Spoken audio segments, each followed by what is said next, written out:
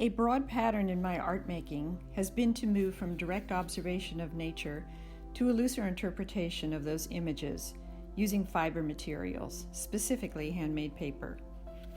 The first category is trees, and Windsor Woods is an example of many watercolors and drawings that I did on site. From there, I moved on to making the woods images by pouring and layering liquid pulps onto a base sheet.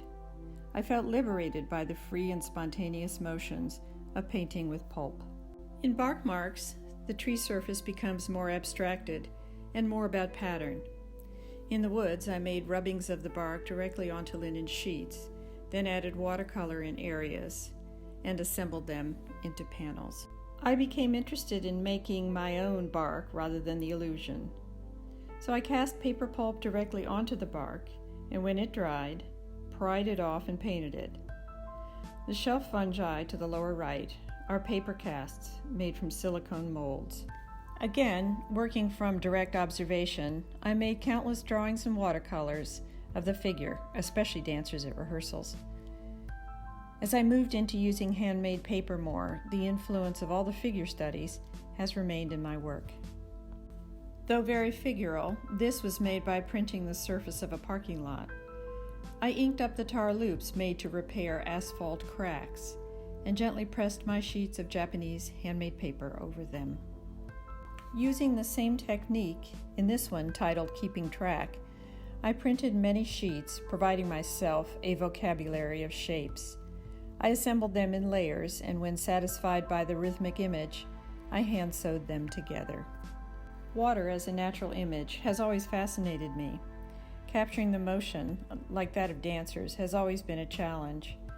Many of my early on-site watercolors and drawings are of wave motion and the reflections of color and light on the surface. This is a transition piece from drawing to making an image by layering fiber. I was drawn to the 3D quality of paper making and the objectness of paper pulp. I loved the textural qualities and the physical immersion, sometimes quite literally, in the act of creating. In a further step toward abstraction, I started making pieces like this, titled Shimmer. It refers to the tidal edge between water and sand and is made of Japanese kozo fiber, pigmented and sewn together. Continuing with the imagery of the water's edge, my many drawings of foam have evolved into fiber pieces. Before I dipped this gauze into fine paper pulp, I altered it by cutting holes and sewing together areas to suggest random bubbles. Slow Float again uses altered gauze, a bit like a close-up of foam where it almost transparently overlays the blue of the water.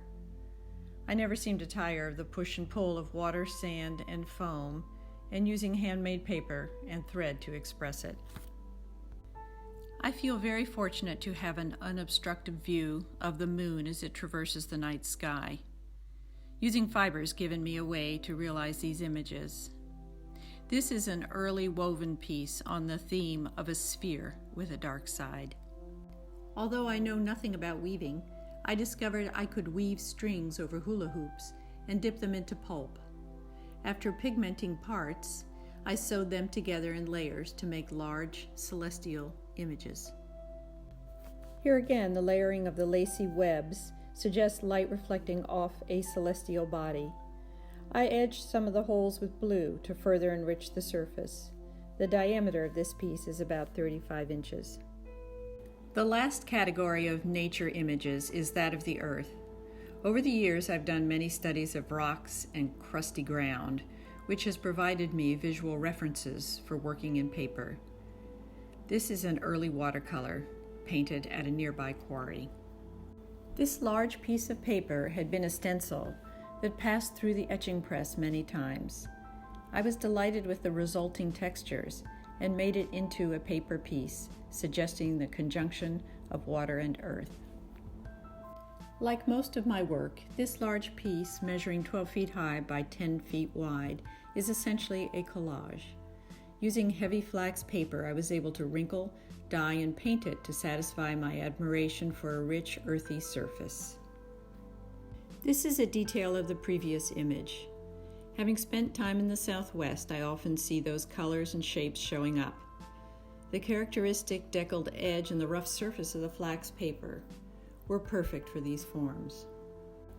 From drawing rocks, I moved to making rocks, but in paper, that great mimic. Being mindful of the high tide, I pressed pulp onto the granite. Then, dried by the summer sun, it popped off easily, and I painted it with acrylic to further the illusion.